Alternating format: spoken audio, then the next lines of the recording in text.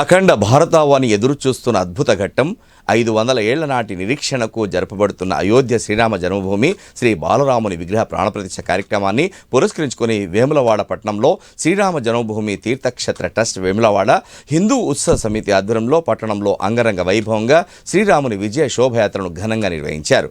ఈ సందర్భంగా కార్యక్రమానికి విచ్చేసిన ముఖ్య వక్త ఆర్ఎస్ఎస్ జిల్లా ప్రచారక్ సందీప్ మాట్లాడుతూ రాముడి జీవితాన్ని ప్రతి ఒక్కరూ ఆదర్శంగా తీసుకొని ముందుకెళ్లాలని 500 ఏండ్ల నిరీక్షణకు తెరపడుతున్న నేపథ్యంలో 22న సోమవారం రోజున ప్రతి ఒక్క హిందువు తన ఇంట్లో రామజ్యోతి వెలిగించి ఆ స్వామివారి కృపకు పాత్రులు కావాలన్నారు. అలాగే ఎందరో ఆత్మ బలిదానాలను గావించి తెచ్చుకున్న ఈ విజయంలో వారిని కూడా స్మరిస్తూ రేపటి కార్యక్రమాన్ని నిర్వహించుకోవాలని కోరారు.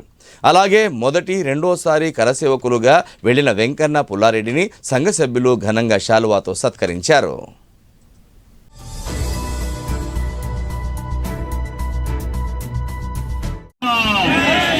జై శ్రీరామ్, జై శ్రీరామ్.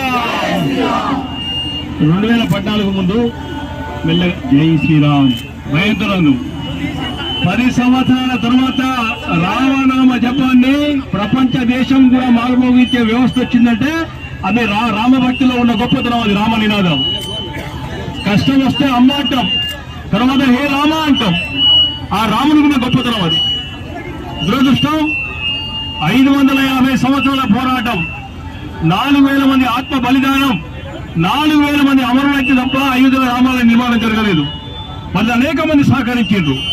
ప్రత్యేకంగా హిందూ ధర్మం కోసం పోరాడిన యోధులందరికీ కూడా మనం నిజంగా కూడా రేపు నివాళులు అర్పించాలి. రేపు 22వ తేదీ భారతదేశంలో ఉన్న హిందువులందరికీ, ప్రపంచంలో హిందువులకు కూడా నిజంగా ఒరిజినల్ దీపావళి మనకది. హిందువులు ధర్మాన్ని మన రామాలయం అయోధ్యలో రాముని పుట్టిన దగ్గర గుడి కట్టడం ఏదైతున్నదో ఒక చారిత్రాత్మక విశేషం మనకది. దాదాపు 100 దేశాల ప్రతినిధులు హాజరవుతా ఉన్నారు. మరి దీన్ని హిందూ ధర్మం ఇంతకుముందు చెప్పిన హిందూ ధర్మం అనేది ఒక మతం కాదు, ఒక జీవన విధానం. భారతదేశంలో ప్రపంచ దేశాలకు దిక్సూచిగా హిందూ ధర్మం నిలుస్తూ ఉన్నది. అనేక దేవాలయాల్లో కూడా రేపు మనం అందరం కూడా 10 గంటలకు స్టార్ట్ చేసే పూజలు 11:20 ముగిసిన తర్వాత కూడా గ్రామానికి ప్రతి ఇంటి కూడా 5 మినిమం కనీసంగా రామజ్యోతులు అంటా ఉన్నాం.